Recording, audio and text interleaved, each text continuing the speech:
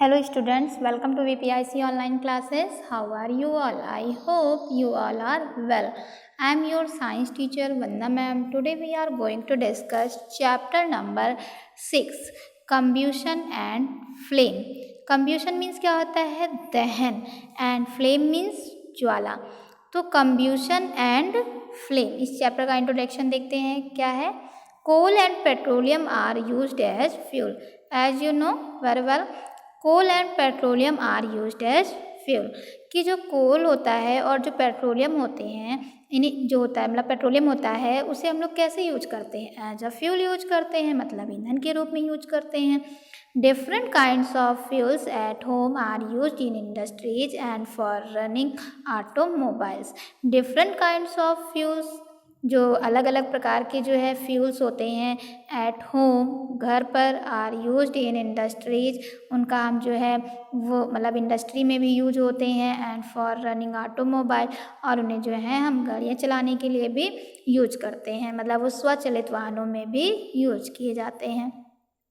Would, kerosene and LPG. LPG का full form देखिए दिया है ब्रैकेट में, लिक्विफाइड पेट्रोलियम गैस. एल से लिक्विफाइड, पी से पेट्रोलियम, जी से gas. Are used for heating and cooking. Petrol, diesel and natural gas are used to run automobiles. Coal and various petroleum product are used in various industries. देखिए wood, kerosene and LPG जो होता है ये used होते हैं heating और cooking में, मतलब इसे जो है हम हीट कर कोई भी चीज़ हीट करने के लिए यूज करते हैं और कुकिंग में यूज करते हैं एलपीजी को.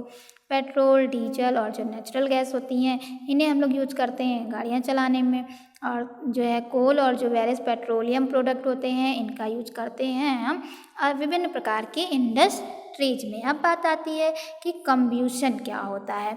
Have you ever noticed observe that a candle Burns with a flame.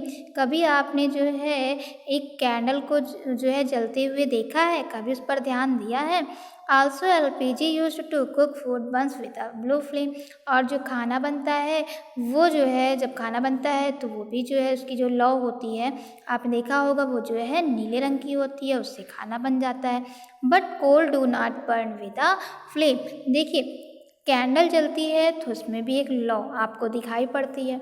अब उसके बाद जब आप एलपीजी मतलब जब गैस जलाते हैं तो उसमें भी देखिए आपको ब्लू कलर की फ्लेम दिखती है. लेकिन जो कोयला होता है अगर आप कभी उसे जलाएंगे तो क्या वो जलता है उस तरीके से? क्या उसमें लौ निकलती है? नहीं. During burning or combustion a fuel reacts with oxygen present in air giving out heat and light. It is accompanied by release of energy. जब भी बर्निंग हो या फिर कंब्यूशन हो, मतलब कोई चीज़ जले या उसका दहन हो, आ फ्यूल रिएक्ट्स विद ऑक्सीजन, तो जो फ्यूल होता है वो ऑक्सीजन के साथ रिएक्ट करता है.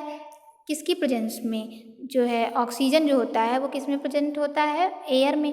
मतलब कोई भी चीज़ जब फ्यूल है वो जलता है तो वहाँ पर एयर की प्रेजेंट जरूरी है. क्यों? क्योंकि एयर में ऑक्सीजन होता है. गिविंग आउट, फिर हमें क्या गिविंग मिलता है इसमें, क्या गिव्स करता है? हीट एंड लाइट, तो हमें हीट एंड लाइट मिलती है. It is accompanied by release of energy, और कुछ एनर्जी भी रिलीज होती है.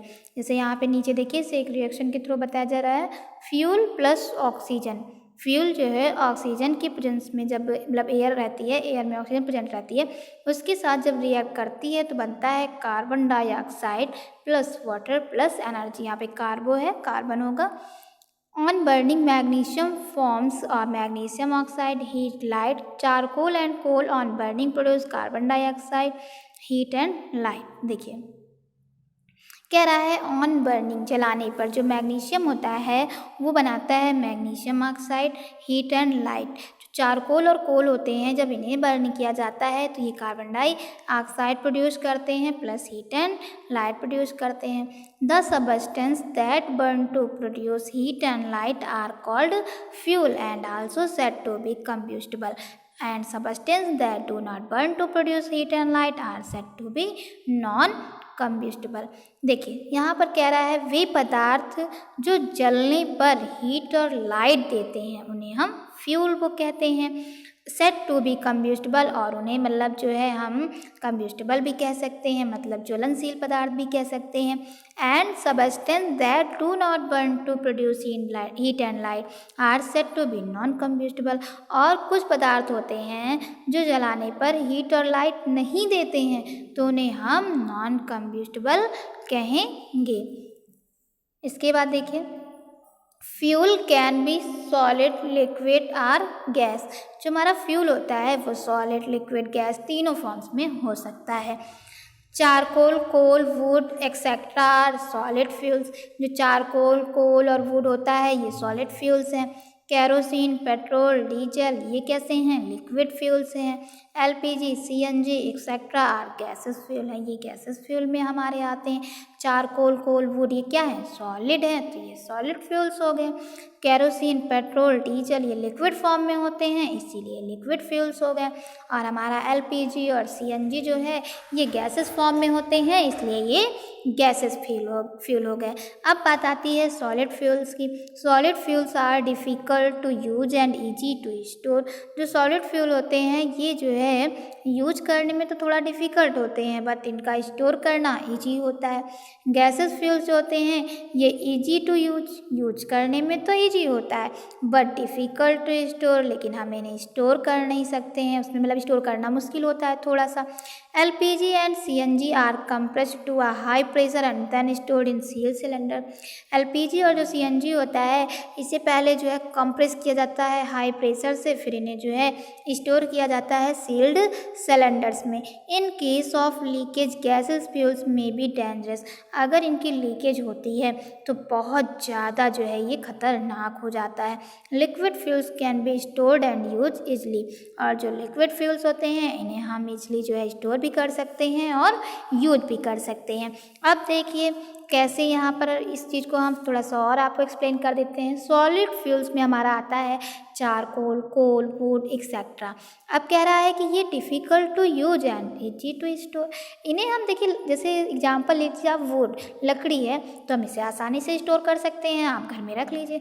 लेकिन यूज करने में क्या होता है कि उसे बहुत ज़्यादा जलाने में धुआं निकलता है, बहुत टाइम लगता है, तब जाके खाना बनेगा, बहुत टाइम लगेगा। स्टोर करना तो इजी है लेकिन यूज करना डिफ़िकल्ट है। सेकंड आता है हमारा गैसेस फ्यूल्स। ये क्या है? यूज करने में तो बहुत इजी है भाई, आपने जैसे कि बस सिलेंडर ऑन किया और लाइटर से गैस जलाई और जल्दी से आपका खाना बन गया, ना कोई धुआं, ना कुछ, ना बर्तन काले होने। लेकिन प्रॉब्लम क्या है? But difficult to store. इन्हें स्टोर करना बहुत डिफ़िकल्ट होता है क्योंकि जो LPG और CNG होते हैं इन्हें हाई प्रेशर से सिलेंडर्स में सील किया जाता है, फिर उसमें स्टोर किया जाता है, सील्ड सिलेंडर में स्टोर किया जाता है। और अगर उस पर भी लीकेज हो गई तो बहुत बड़ी जो है मतलब कोई भी प्रॉब्लम हो सकती है, बहुत बड़ी जो है आप कह सकते हैं कि एक घटना घट सकती है, एक एक्सीडेंट हो सकता है बहुत ही खतरनाक।